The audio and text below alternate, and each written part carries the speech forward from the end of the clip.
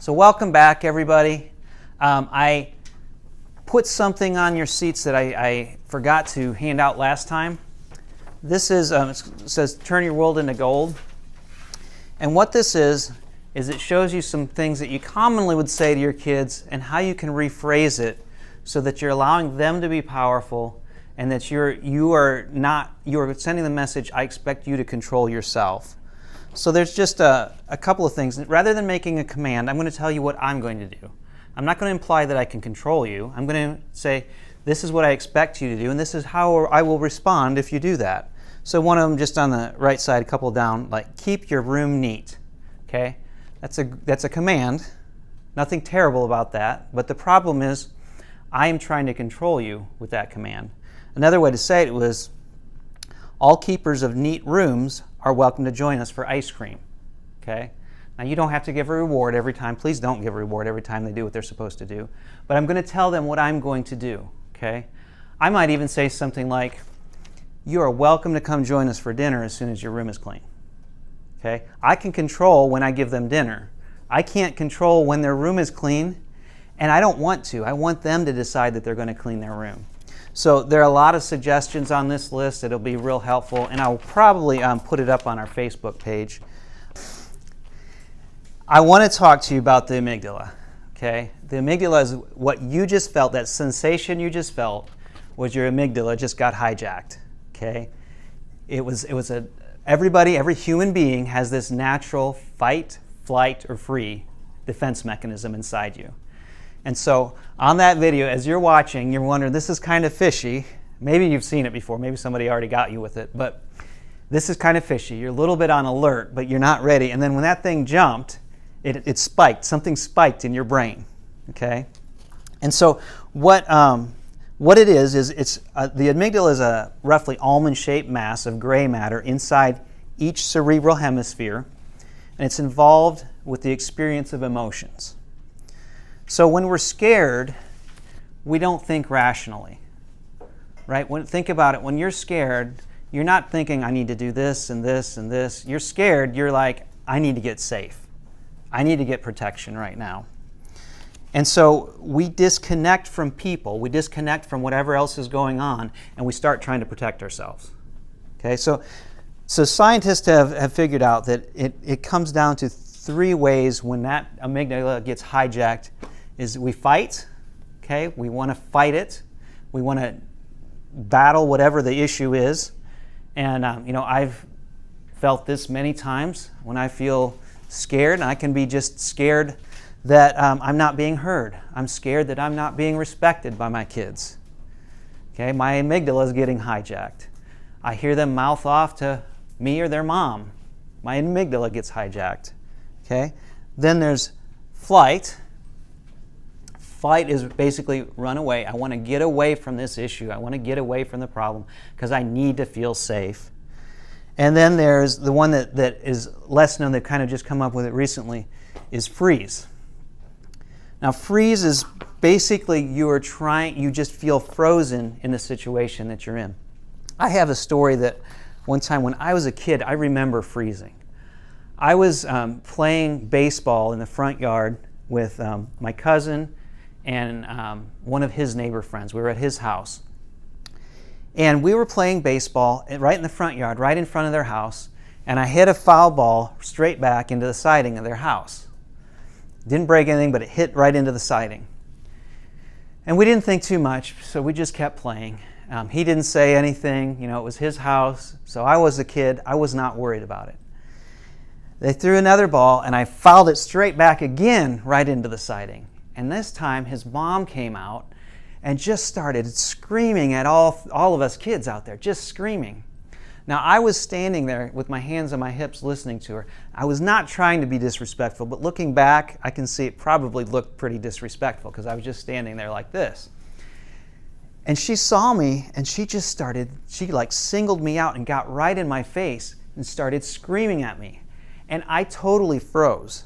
Like I knew I better not run because I felt like that'd be disrespectful. And I knew that I wasn't going to yell back at her because she was an adult. So I just stood there and stared at her with no expression on my face. And it scared her to death because I didn't back down. I wasn't trying to be disrespectful, but that's what freeze looks like, okay? Is when you don't know what to do, you know that you've been triggered, and you don't know what to do, and you just basically, you can't move. So this is what happens when we threaten control. When a child who needs control, we all need to feel like we've got some control of ourselves.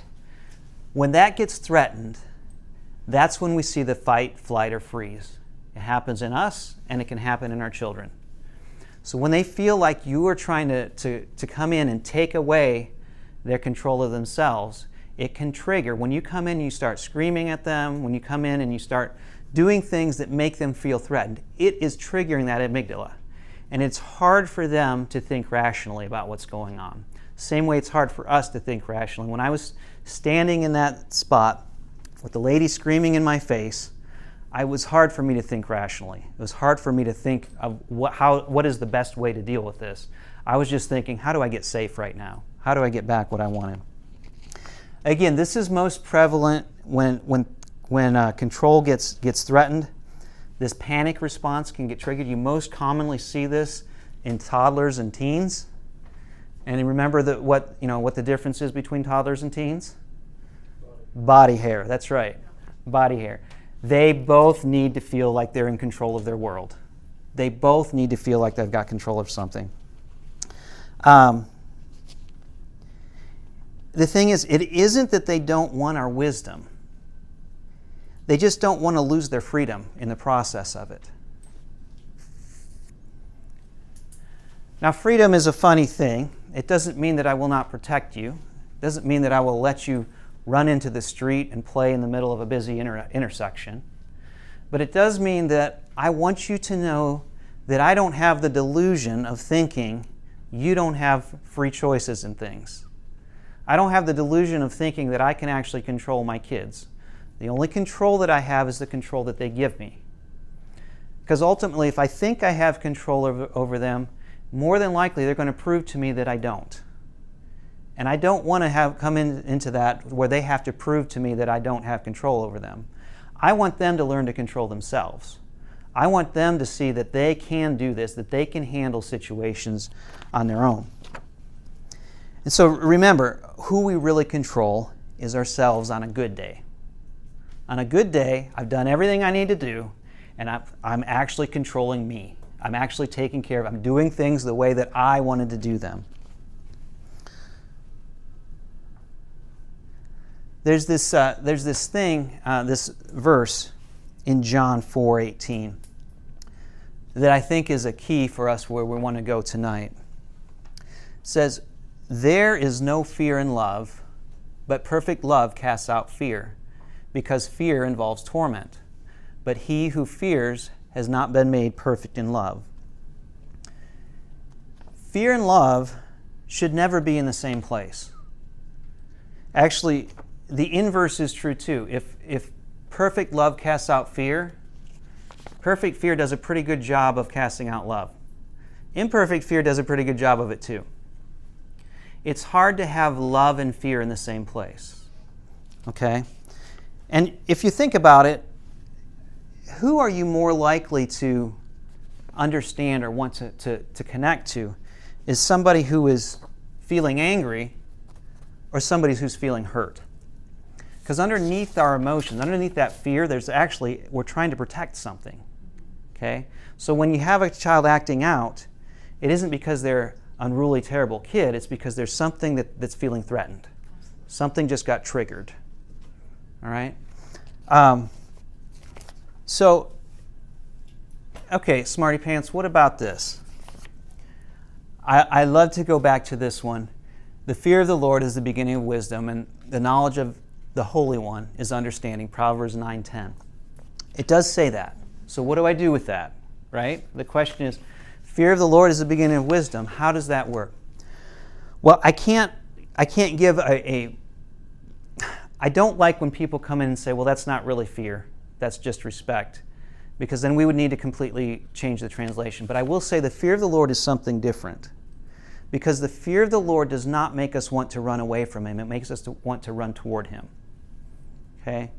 So the fear of the Lord is something that's actually drawing us into Him. When we talk about fear, though, in our lives, we're saying, I better be afraid to do the right thing, and I want to hide. I want to be away from you. So when we're dealing with our kids, we want to make sure that we're not putting fear into them, that we're showing them love. Now, love does not mean that they don't get consequences. Remember, we talked about some consequences last time. They need to have consequences so they can learn. But the consequence is not, I disconnect from them. The consequence is not, they wonder if I still love them or not when they mess up. The consequence is whatever happens naturally, or whatever I can control in my life that makes them think, why did I make that decision? I have all these choices, and I made a poor choice. Why would I choose that when I could have chosen the other one?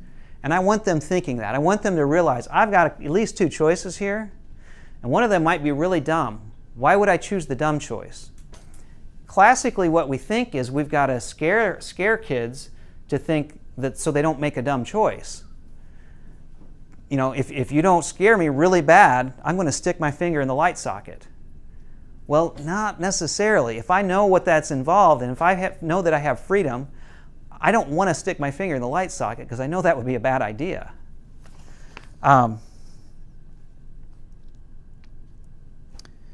There's a lie that we often deal with, and the lie is about control. As I said, you only control yourself. You don't control your kids. And people will come to you and then people can say, control your kids. You need to control your kids. But the honest truth is you don't. You don't. The only control you have over your kids is the control that they give to you. Okay? You can put a gun to my head and tell me to deny Jesus, and I still have two choices. I still have that freedom that Jesus actually paid the price so that I have free will. I can choose one way or the other. And what I want to go after is a heart connection. I want to connect with my child in such a way that they know that it hurts my heart, that it matters to me when they're making a poor choice, and it matters to them that they know that they're golden. They are so amazing that I believe that they can make good choices, that I know that they can do this. There's a lie that under this lie of control that we deal with is that violence and anger equal power. Most of the time, somebody who's getting violent and angry is actually feeling powerless.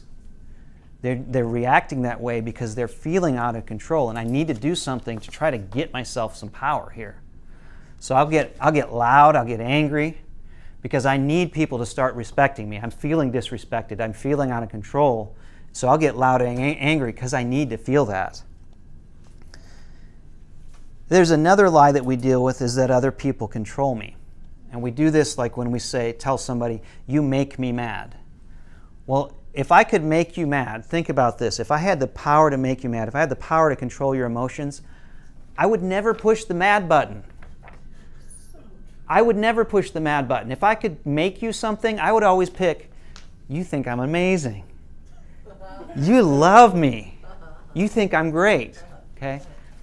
So we need to recognize our emotions are what we do, our choices that we make. Nobody controls that, and I don't want to put on my children that I expect them to control my emotions. I expect me to control my emotions, okay?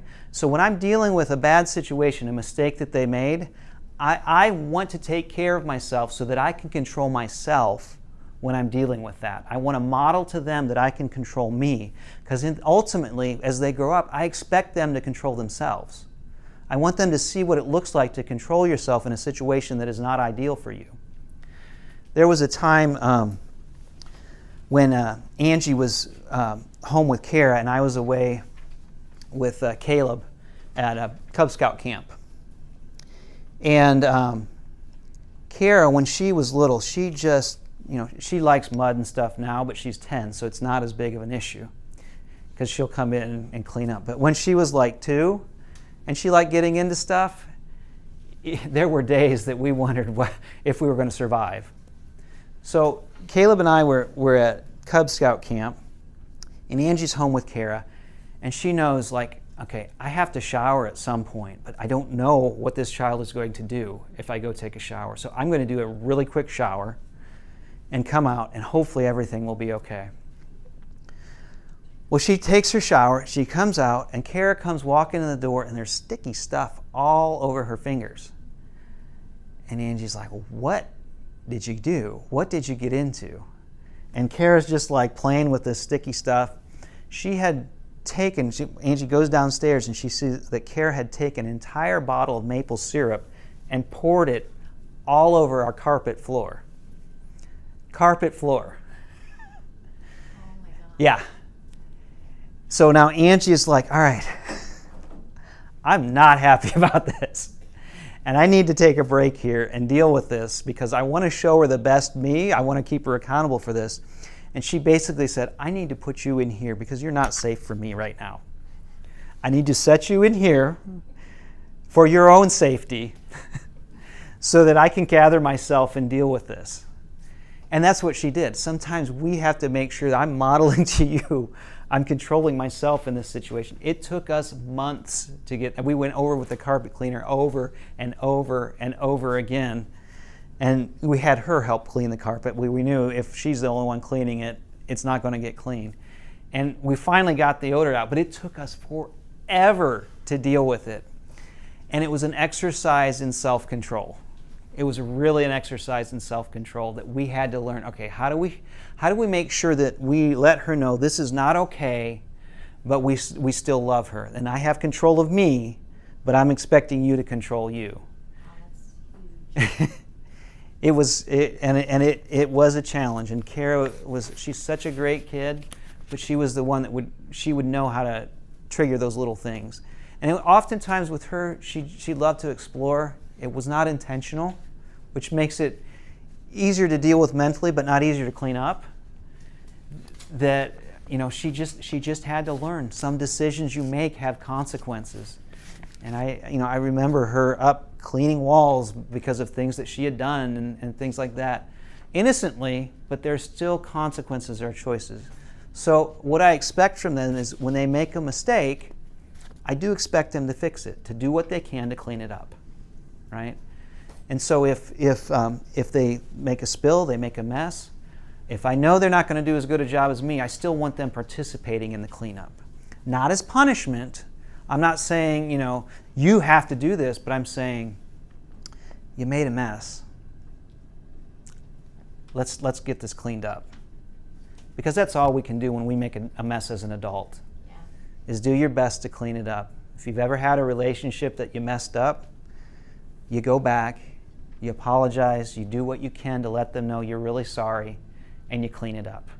And that's what we're demonstrating to them. An example that I love, I think I talked about last time, the police officer. When in life, they don't typically expect that we have to go and start, externally controlling people. Consequences just come. Consequences just happen. Yes, officer, I did see the speed limit sign. I just didn't see you. If you've ever gotten a speeding ticket or any kind of a traffic ticket, what typically happens, you're driving down the road, and if you knew the police officer was there, you wouldn't have been speeding, but you didn't. And so you're speeding, and all of a sudden, you see the car, and you're like, oh, I hope he didn't see me. I hope he missed me. But he sees you, and the flashers go on, and so I better pull over. I need to do that. In fact, I was following Angie home. We took the kids to go pick blueberries toward the end of the season last year. And Caleb was just learning to drive. He was getting his permit, and I was driving the car. And she went through a light, and then I wanted to stay with her, so I went through a red light. And there was a police officer right there, so Caleb got to see what happens when you run a red light. And so I pull over, and the officer comes over to me, and he's like, "Yeah, you ran that red light. Actually, the person there had to stop because you were coming through, and I'm going to have to give you a ticket for this because we're really cracking down on red lights." And I felt a little anxiety, a little nervous, but never once was I nervous that he was going to get his stick out and start beating me. or start threatening me. You better never, ever do that again. If I've told you once, I've told you 100 times. Never once did I expect him to do that, because the consequences were speaking for themselves. I was feeling shame because I'm sitting beside my son who's learning how to drive, and I'm getting a ticket in front of him. And so I'm trying to make this a learning moment in spite of the humiliation that I'm feeling. I'm trying to say, okay, this is what you do if you get pulled over. All right? And so, you don't get out of the car. You let him come up to you. You keep your hands on the wheel so he can see what you're doing. Get out the registration, get out proof of insurance. And the guy comes over and he writes me the ticket. And I told him, I said, I know police officers have had a hard time, but I appreciate you doing your job. I would rather not get a ticket, but I appreciate, that you're just doing your job. And then I actually thanked him when we were done, because that's what often people do when you get pulled over by a police officer and they leave. You thank them. Why? I don't know. But you do that. But the point is, never once did he have to threaten me. Never once did he have to scream or raise his voice at me. Never once did he have to say that, I needed to be afraid of him. I was ashamed of what I had done. I was ashamed of the consequence. And that's what we want our kids to recognize. I don't want them to be afraid of me, but I do want them to be thinking about what consequences might come for what they did.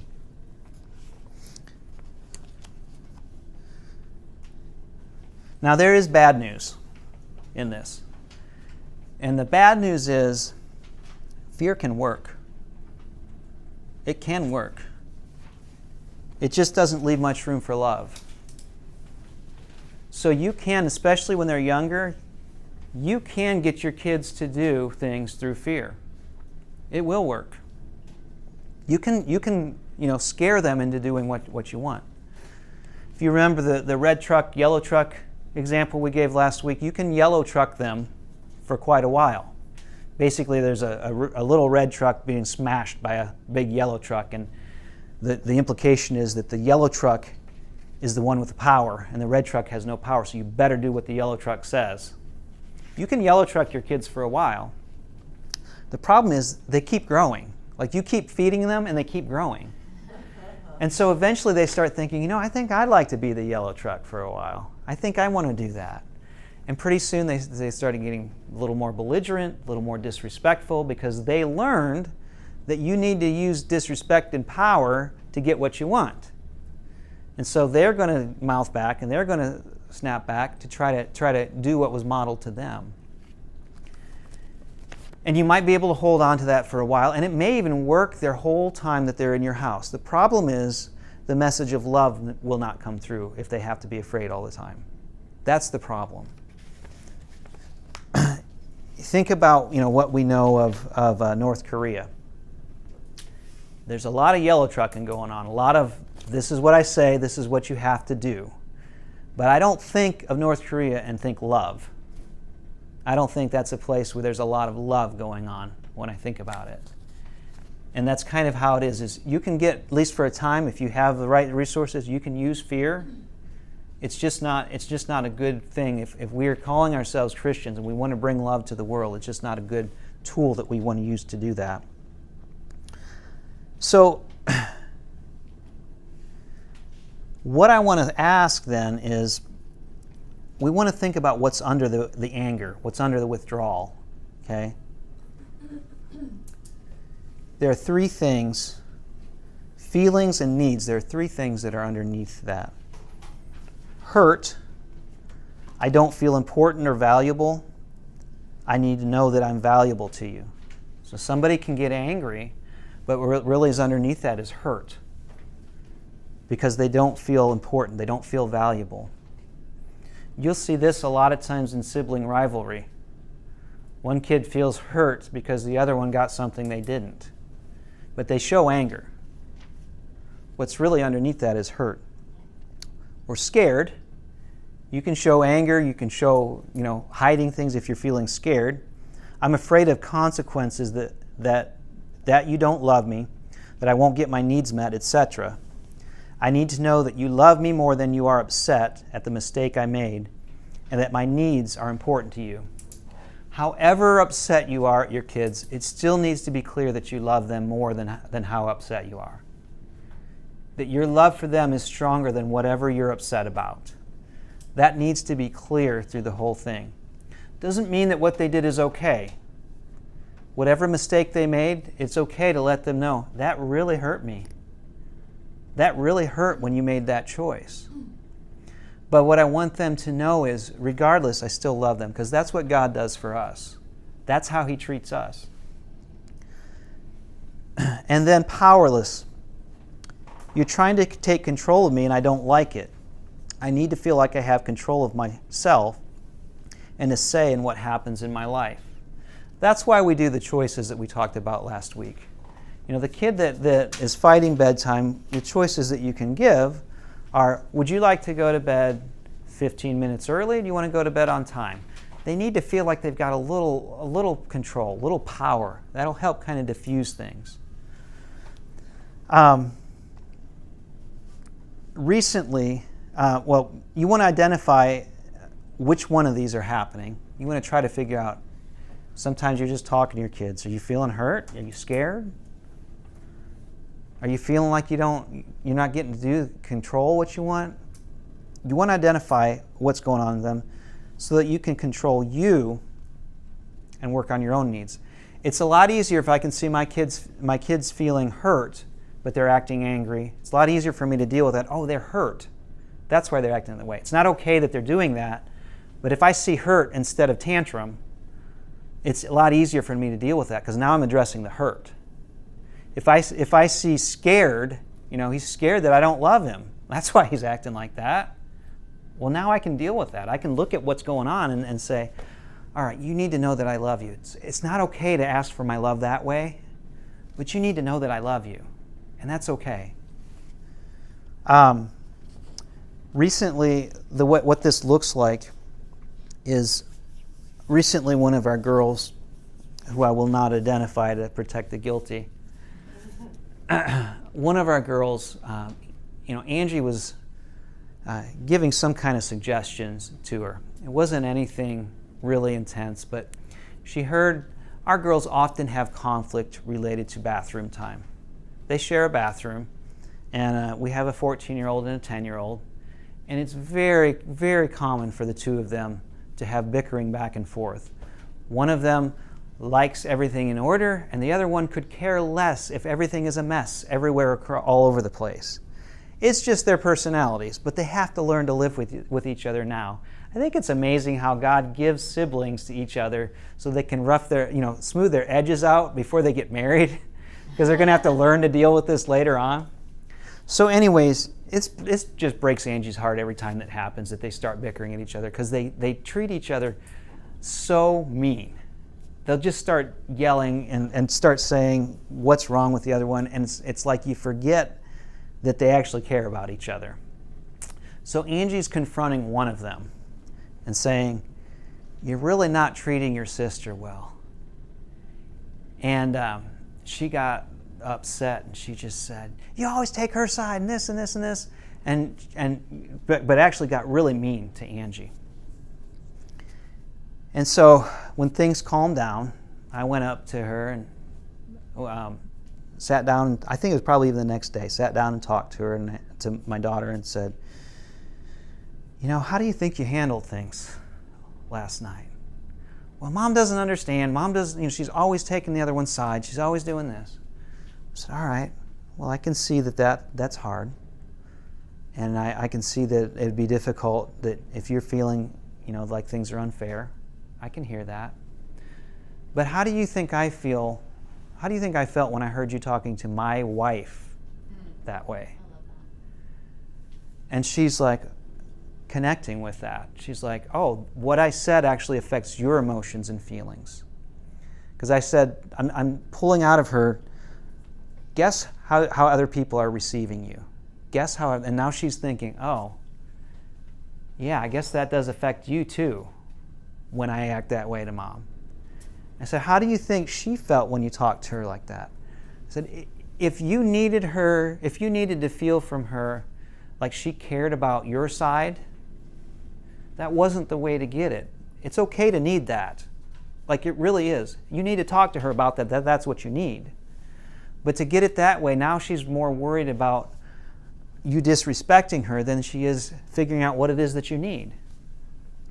And so she's, we're talking about it, and she actually went back to Angie and on her own had a talk with her, and they talked it out, and they talked about it, and they understood each other and were able to connect through that. But I had to open up and show what was going on inside of me. I could have gone in and said, you should not disrespect your mom like that. That is terrible. No child should ever do that. What is wrong with you? The problem was she would never see my heart. She would never see what's going on inside of me. I want her to connect with my heart and recognize this hurts me. When you do that, it hurts my heart. It actually, and I need to know that you care about my heart in the process of this.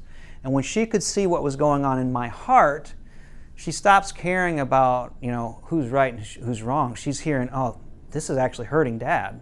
This is actually, and I'm not trying to control her. I'm not trying to make her do anything. I'm trying to show her what's going on inside of me and allow her to connect with that. All the while, I'm trying to connect with what's going on inside of her. I'm trying to hear, what is she feeling? What's happening inside of her? I need to know what your needs are. What's going on with you, okay? When I hear your needs, when I understand your needs, I can work on that. I can give into that. And we adjust for each other now because we're both powerful. We both have power in this relationship. I want her to know that she can come to us and say, I have some needs that I don't feel like they're getting met. But I want to teach her how to do that in a way that is not fight, flight, or freeze. Fight, flight, or freeze. I want her to do it in a way saying, I'm going to open my heart to you and show you what's going on inside of me, and here are my needs. Can you help me with that? And I have to build trust with her to do that.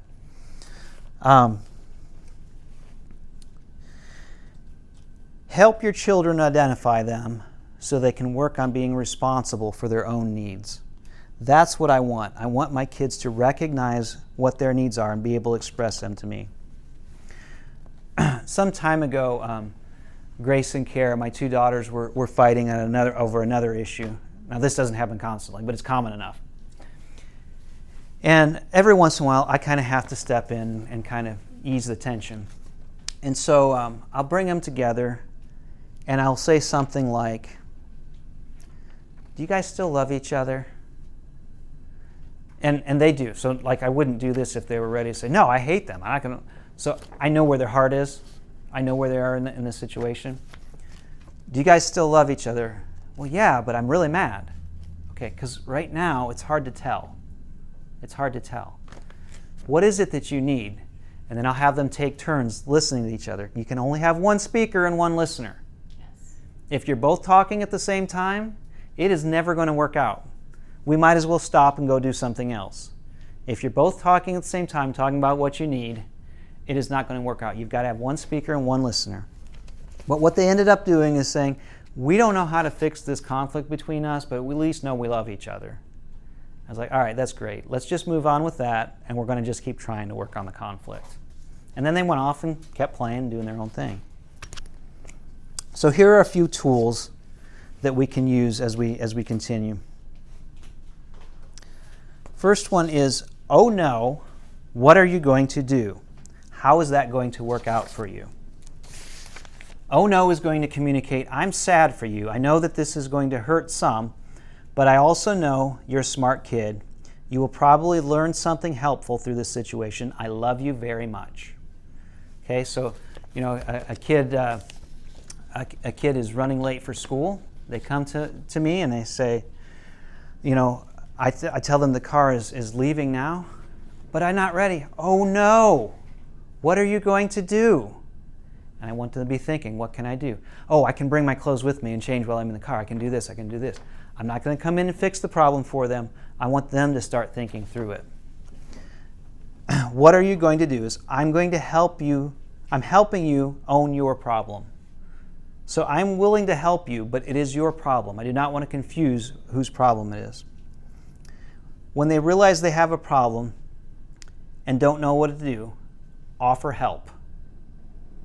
So it's hard to help somebody who doesn't have a problem if they want it to be your problem. So only someone, you can only help someone when they realize they have a problem. You can't help somebody if they don't realize they have a problem. And then last, I'm going to ask, how is that going to work out for you? I might give them some possible choices and ask them how they think it'll work out. So Danny Silk has this great story he tells about Spooky the hamster. So a kid comes home from school and he goes up to Dad. He's like, Dad, I got bad news. What's wrong? I left my backpack on the bus. Oh no. Yeah. Oh, that's terrible. So I'm conveying empathy. Well, I got even worse news. Yeah. Well, I snuck the hamster, Spooky the hamster, into school, and he's in my backpack. Oh no, in this heat? Oh no, what are you going to do? And the kid's saying, what do you mean? You're supposed to rescue me here. What are you going to do? I don't know. What am I going to do? Now the kid's thinking, I need help. Okay? I'm recognizing it's my problem. You're not rushing in to fix it for me. Now I want to come in and say, would you like some ideas? Yes, I need some ideas. All right, now it's their problem that I'm helping them with. It's not my problem to fix, but I'm helping them with because I've had all this wisdom from years of experience that I can give to them. Well, one thing that you could do is you could just leave it on the bus and hope that it's there tomorrow. Now, you're always going to give them some options that are probably not the best, but they'll kind of say, no, I don't want to do that one.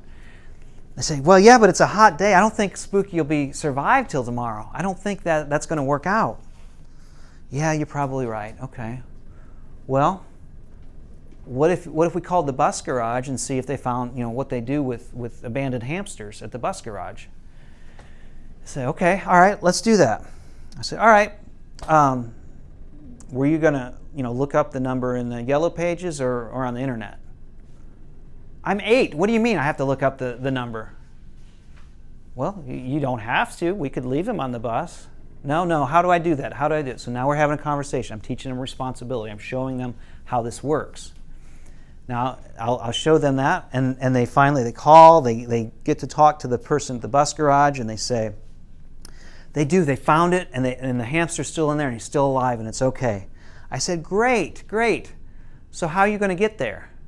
What do you mean, how am I going to get there? You're going to drive me, right? Well, yeah, but not for free. I mean, if it costs a little money, I'll charge you half of what Uber would cost, or you could call them. And now they're saying, oh gosh, I didn't know it was going to be. But don't worry. You don't have to pay me cash. You can pay me in labor. I accept labor.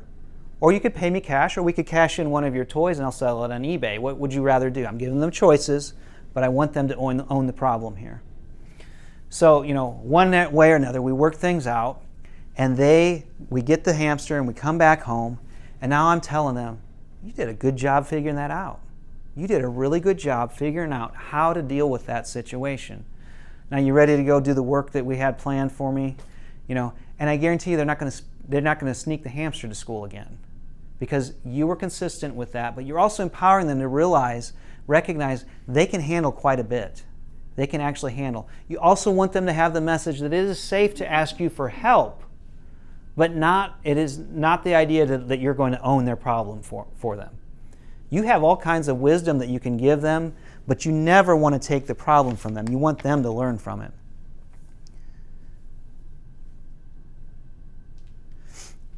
Another one is no problem, don't worry about it. This one is a great one because what no problem means is, if I tell a child no problem, what that means is no problem for me, but there might be a problem coming up for you if you're not careful. Okay? So, in that instance, no problem, I'm sure that something will happen to that hamster.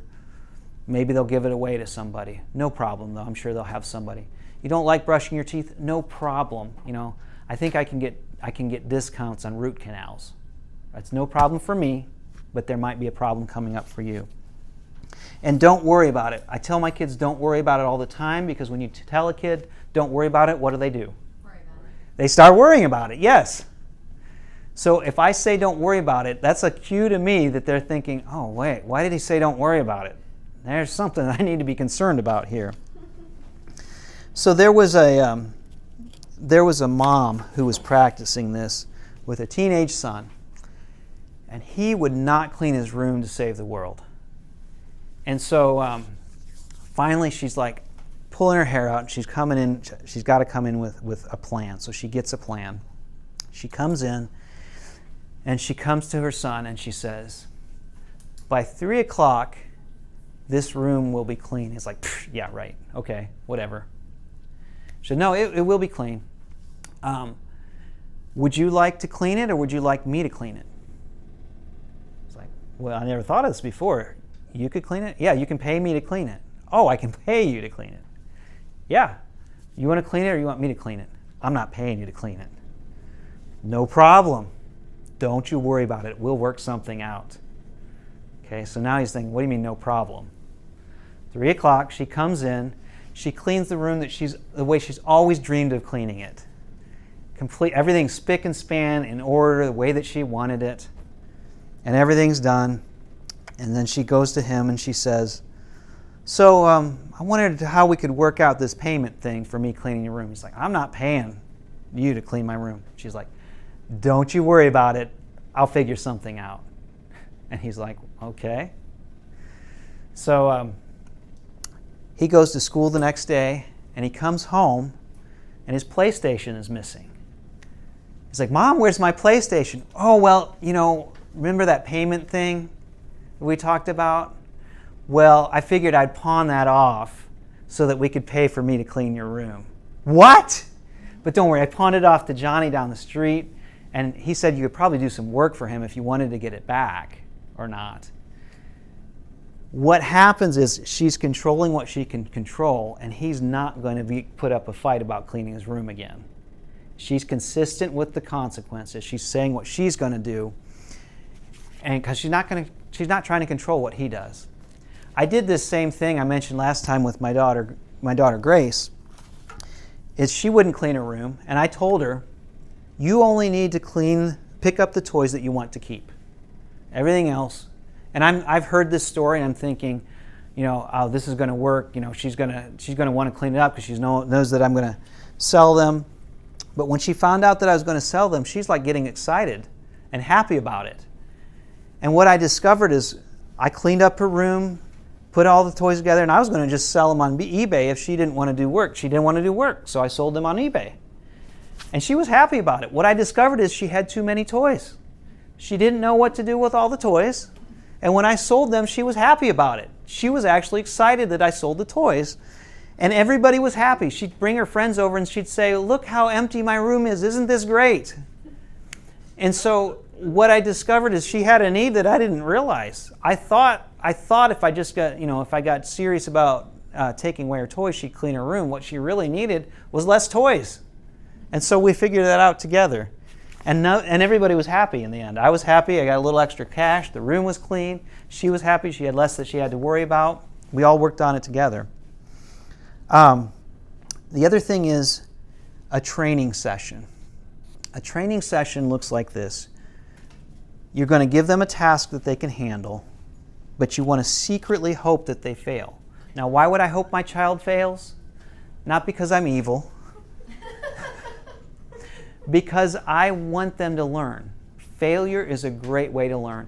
I want them to fail when they're young, so that when they're older, the consequences are higher when they're older. So I want to give them something that I know they can handle, but I want to hope that they can fail. But then I want to let the consequence and my sadness for what they did, I want to let that do the teaching. Then you give them an opportunity to do the task again, now that they've learned something, and do it next time. Now, I'm going to tell you Danny Silk's story with his kids, and then I'm going to tell you how it's worked with my kids. When his boys were real young, one day he and his wife Sherry said, all right, this time, 8 o'clock is bedtime. You guys can go in your room and do what you want. I don't want to see you. I don't want to hear you until the morning. And they're like, what? My parents have just gone nuts. You mean I can stay up playing? I don't want to see you. I don't want to hear you till morning. So, we could, get out the action figures and play all we want. I don't want to see you. I don't want to hear you till morning. So they think this is amazing. So Danny and his wife Sherry go down and they're enjoying the evening. And pretty soon they hear the boys up in the bedroom. Like, oh, I guess I can hear them. So they go up to the bedroom and they say, "Are you guys not tired?" I say, "No, we're not tired." So, "All right, come with me." So they take one of them, they give him a broom, they take him out to the porch and say, "All right, start sweeping until you get tired." Nice. Then they take the other one into the garage and say, "All right, here's the dustpan and the broom. So when you're finished with that, let me know if you're tired. And if you're not tired, we'll find something else that you can do until you're tired." So the one that's out on the porch, he starts crying. He's like, just throwing a fit, not sweeping anything. Standing there. It's like, "Oh, buddy." Now they're giving empathy. "What's the matter? Are you cold?" "Yeah." "Here's a jacket for you." And he continues to do the job outside, sweeping until he's done. Finally, they both get done with their jobs and say, "All right, guys, are you tired yet, or do you need something else to do?" They're like, "We're tired, we're tired."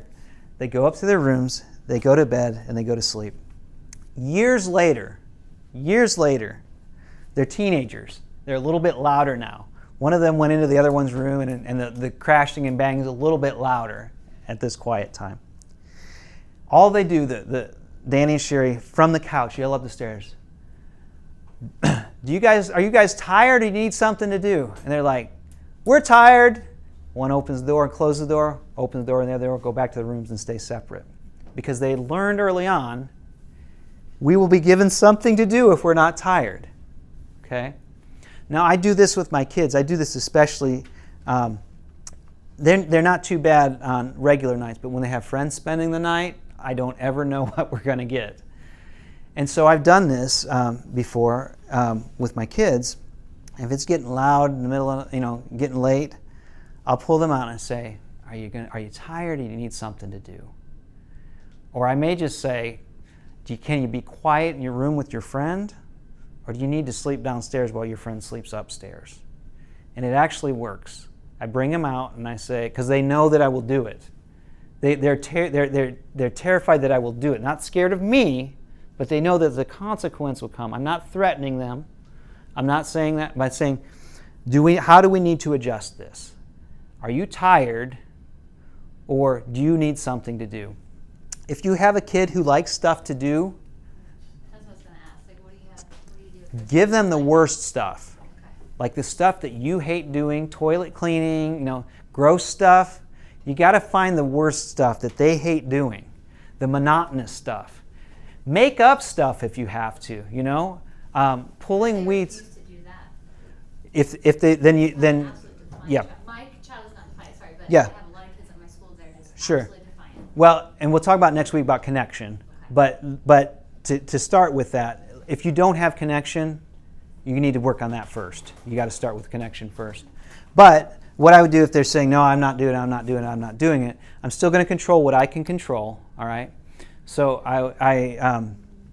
there was a mom who was with her sons, and they would just tease her and throw fits while she's driving in the car, and she just was humiliated, just couldn't stand riding with her two teenage sons.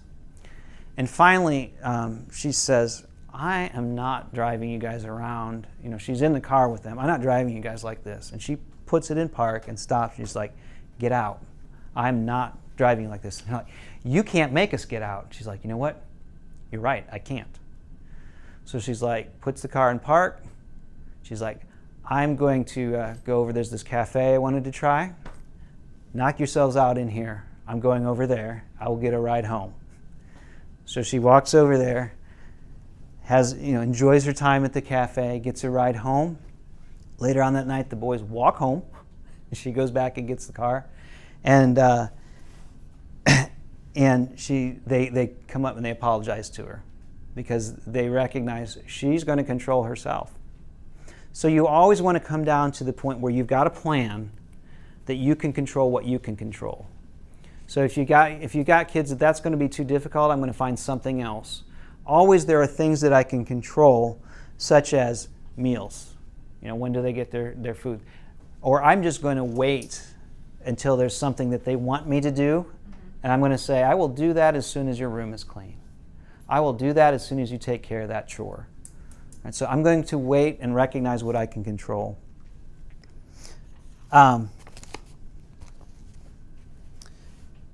Hassle time. Hassle time is something that, this is not the same thing as a timeout, because I want them to recognize when I feel hassled, it's costing me something and I want it back. So the kids are fighting in the car and I'm feeling hassled. I'm going to go to them as like, is this time that I'm feeling hassled right now, is it worth it to you to trade me for some hassle time? Well, what's hassle time? Hassle time is you doing something for me the equal amount of time, starting at least 20 minutes, that it cost me. So if I'm feeling hassled for 5 minutes, the price starts at 20. So 5 minutes is not minute for minute. It starts at 20. And if I want to go beyond that, I'm going to say, I'm feeling hassled right now. Is it worth it to hassle me right now? Then you will owe me that 20 minutes. You can do that 20 minutes back in labor. You can do it back in time that's quiet. You decide what works best for you. But I want them to know the consequences of stealing my time is that I want that time back. I want replenished. I want something more back out of that. And then chair, quiet place, that's another thing that you can do with kids who just, they seem to have all this energy and they won't go to bed. I would say, you can sit in that, if you're not tired, you can sit in that chair as long as you need to until you get tired. You can talk all you want, and they may be trying to ask me questions. I'm going to start using my one-liners with them if I respond at all. I know, probably so, that could be, I don't know. I'm going to continue to go after that and just let them sit there until they get tired, until they're worn out. And I will say, let me know when you're tired, when you're ready to go to bed. It's not the same thing as a timeout. It's a consequence because they have control to decide when they're ready. I'm letting them decide when they're actually tired. Some other examples, when Grace and Kara, a few years ago, they went on this kick saying that they wanted to room together. Now, I know that they have very different personalities, and I think this is a terrible idea, but I told them, listen, you guys are powerful. If you can tell me a month from now that you still want to room together, I will make it happen. But I'm only helping you move in. If after that you decide you do not like rooming together, I will help you next year to move back, but I'm not going to help you. You will have to decide how you're going to move back. So they actually lasted a month, and I was surprised. I thought within that month they'd decide they didn't want to room together, but they still wanted to room together. They moved together, and we moved everything in. I'm thinking, I don't know how this is going to work, but I am not moving things back after they have made this decision. So they go in, and actually for the first few months or few weeks, it actually went pretty well, but eventually their personalities started coming out, and they're realizing we're not the best roommates. It wasn't the best situation. But I told them, and they come to me, and I said, this was the deal we made. Okay? You guys wanted to do this. I will help you move back in a year. And you can move it back yourself, but those beds are pretty heavy, and they're not going to be stuck in the hallway. You can move it back yourself, or you can wait. So they ended up waiting, and it was rough for them. But they remembered that was their powerful choice they made, and they so in the future they recognize, all right, if I'm going to make a choice, Dad's going to follow through. It's going to be, when he says that, he's going to mean it. I want to give you, this is a classic Danny Silk video.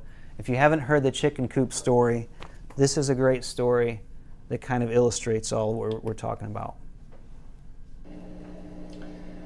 Brittany was about 14 years old. She had a very different value for getting the dishes done than Sherry did. And so every night I would hear back and forth, Brittany, dishes. And I hear Brittany say, I will. Just a minute. So a while later, Brittany, dishes. I'm in the bathroom. A little while later, Brittany, dishes. I'm doing my homework like you said. Brittany, dishes.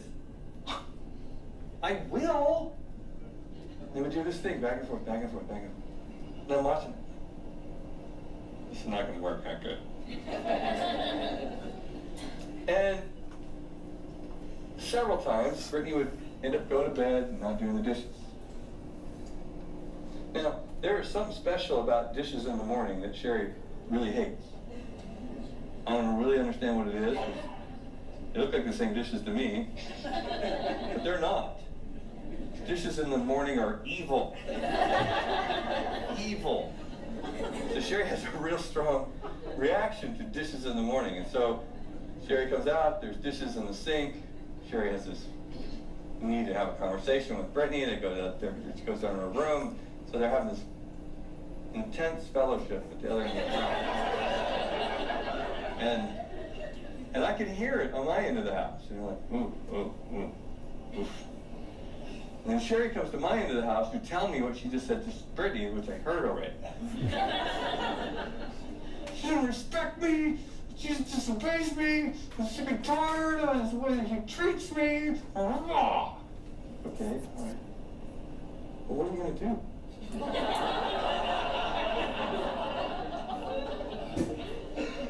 Don't use that stuff on me. It doesn't work on me. I know.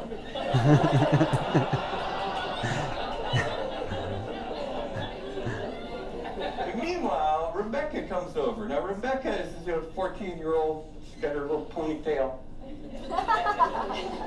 And she's hanging out with Britt, and then pretty soon, boom, they're both gone. They're both at Rebecca's house. And Sherry comes out of the room and notices that Brittany's gone.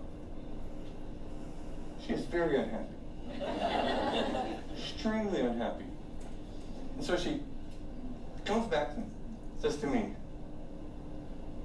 "What are you going to do?" So what am I going to do? Yes! What are you going to do? So honey, you are giving this problem to me. Is that what we're doing here? Yes! I said, okay. You promise. Yes! So I get up and I go in and I do the dishes.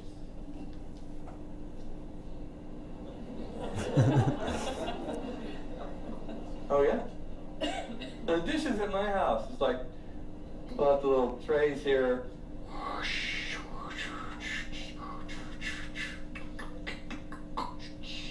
I'm doing the dishes. It took, 7 minutes, maybe. Maybe. Like, Brittany comes back. She and Rebecca. They're all dolled up. Got their ponytails happening. Ponies on parade. I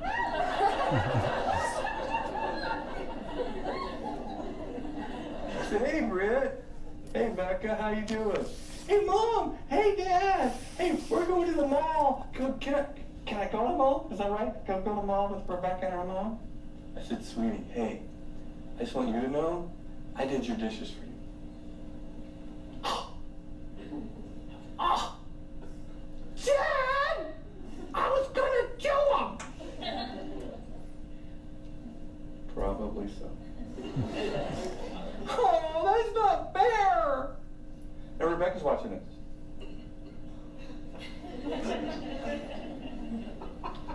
She says, "Are you in trouble? How do you even know? Nobody's yelling." He says, "Yes! You're gonna trade me chores!" Probably so.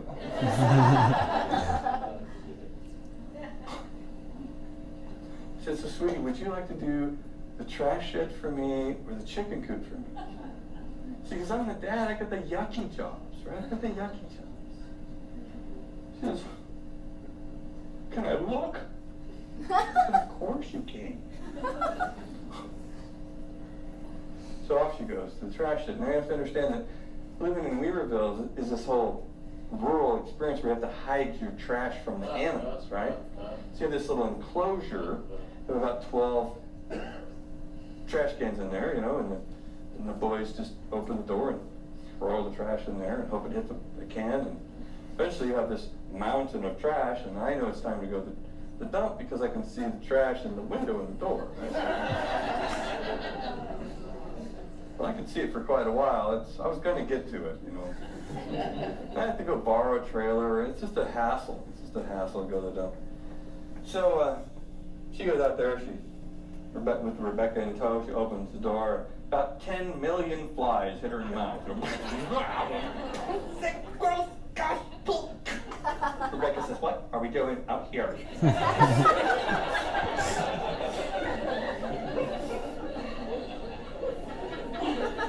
So Brittany's headed to the chicken pen. Opens the chicken pen. Stupid chicken. Gets going. Opens the chicken coop. Because I was going to get to that too. You know. So she comes back. Says, "Chicken pen." I said, "Awesome. Thank you so much." Whatever. I said, "Would you like to do that today or tomorrow after church?"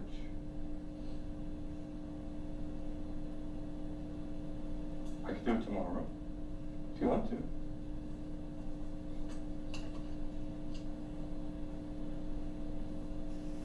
"Could I go to the mall today?" I said, "If you want to."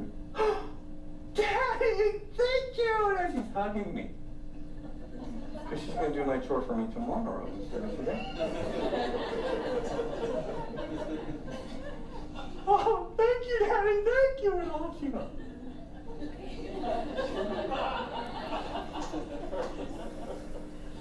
And lots of parents are thinking, "Oh, you did not let a transgressor go." "Oh, no. Oh, say it isn't. Don't you know that there must be bloodshed for the atoning of sin?"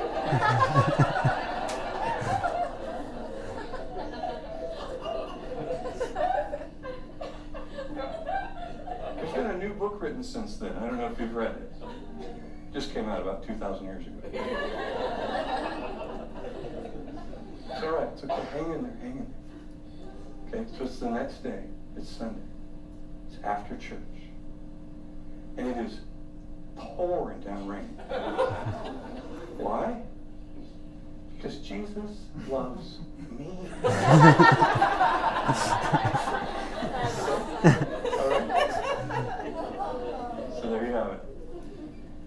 So Brittany's like, I said, "Hey, sweetie, hey, did you want to wear my rubber boots or those pretty shoes you got on?" "Good. You want to wear a rain jacket or that pretty sweater you got?" "A rain jacket." "You want to use a pitchfork or the shovel?" "Probably need both." Probably so. So off she goes. 1, 2, 3 hours later, here she comes. She got straw hanging off her head. She's dragging tools into the backyard. I meet her at the door. I say, "Hey, sweetie, what do you need?" She goes, "I'm done." I said, "Thank you so much. Whatever." And off she goes. Take a shower, get warmed up. Probably about a week or two later, I hear Sherry say, "Brittany, dishes." And Brittany says, "I will in just a minute." I get up off the couch. I say, "Hey, sweetie, I got them for you." She goes running through the house. "You get away from my dishes!"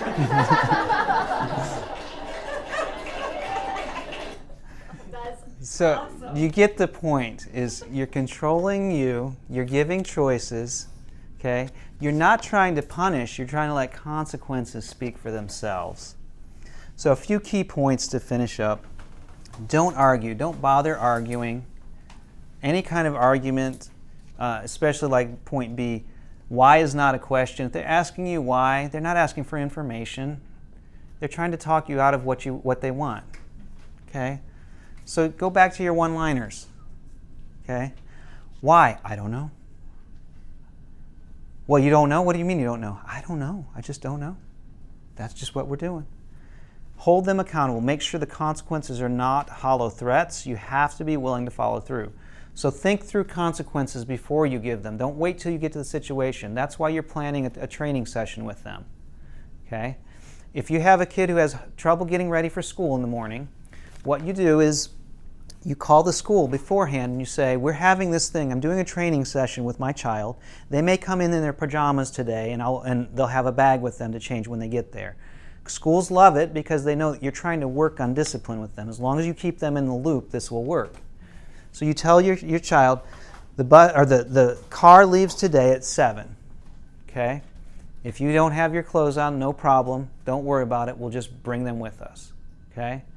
So 7 o'clock comes, they're not ready. You gather everything up and you bring them into the car with you and you drop them off at the school in their pajamas, carrying their clothes in. Okay? So that the school's aware of what's going on. You walk them in. And then, when it's done, you're not trying to punish them. You're not trying to be mean to them. You're not trying to scold them. See, I told you you have to do this. I'm going back and just saying, so, we're leaving at 7 o'clock again. How'd things work for you at school last time? How did that work out last time for you? And, they may be unhappy and upset, but I'm not trying to say this is your punishment. I'm showing them this is the consequence. The car leaves at 7. If you're not ready, you will get ready in the car or at school. Those are your choices. You can decide whichever one you want. One of my daughters has had a hard time. Every other day, she doesn't get up on time. And so I said, you can set your alarm clock, or you can pay me to be your alarm clock. I don't care which one. I will know what you've chosen when it's 7 o'clock. And you should be up. If your light's on, I know you've chosen your own alarm clock. If not, I will be your alarm clock, and I'm happy to collect some cash for that, or labor, okay? Your choice, whatever you want to do. Now, maybe she accidentally forgets. That's okay. That's kind of how life works. If I make an accident, I still have to figure out, I have to deal with the consequences. I'm not trying to be mean. I'm not trying to punish her. I'm just trying to stay consistent and let her know what I'm going to do and expect her to control herself. Help them figure out what they need. Ask good questions. Okay, what are you needing here? You're throwing a tantrum. Are you hurt? Are you scared? What's bothering you? Okay, get to the bottom of that. Let the consequences do the talking, and then let them know, I'm here to help, but I expect you to learn how to do it. I will help you with my wisdom. I help you as much as I can, but ultimately it's your responsibility. We're running about out of time, so I need to skip the discussion part, but I want you to think about this on your own. If there are ways that you've used fear in the past to try to control your children, and what ways you might be able to change that. So your homework is find some things, some expectations you give your child, and make a plan on how you will react if they fail. Make sure it's a learning plan, not something that you're going to laugh at them because they failed, and you don't want to pull them down. You want to build them up. And then you give them another chance to try it again and help them learn through it. And then look for any areas in your home where fear has been used and make a plan to change that. So I want to pray for you guys, and I told the sitters we would get out on time. If you have questions after that, I'd ask you to go get your kids and then come back and ask me questions. But let me pray and we'll close. Lord, I just thank you that you created us for freedom. You created us for love, to be in love with you and to receive your love well. Help us to know how to love our kids better and to not use fear as their motivation. God, I pray that you help us to work on our heart connection with them in Jesus' name. Amen.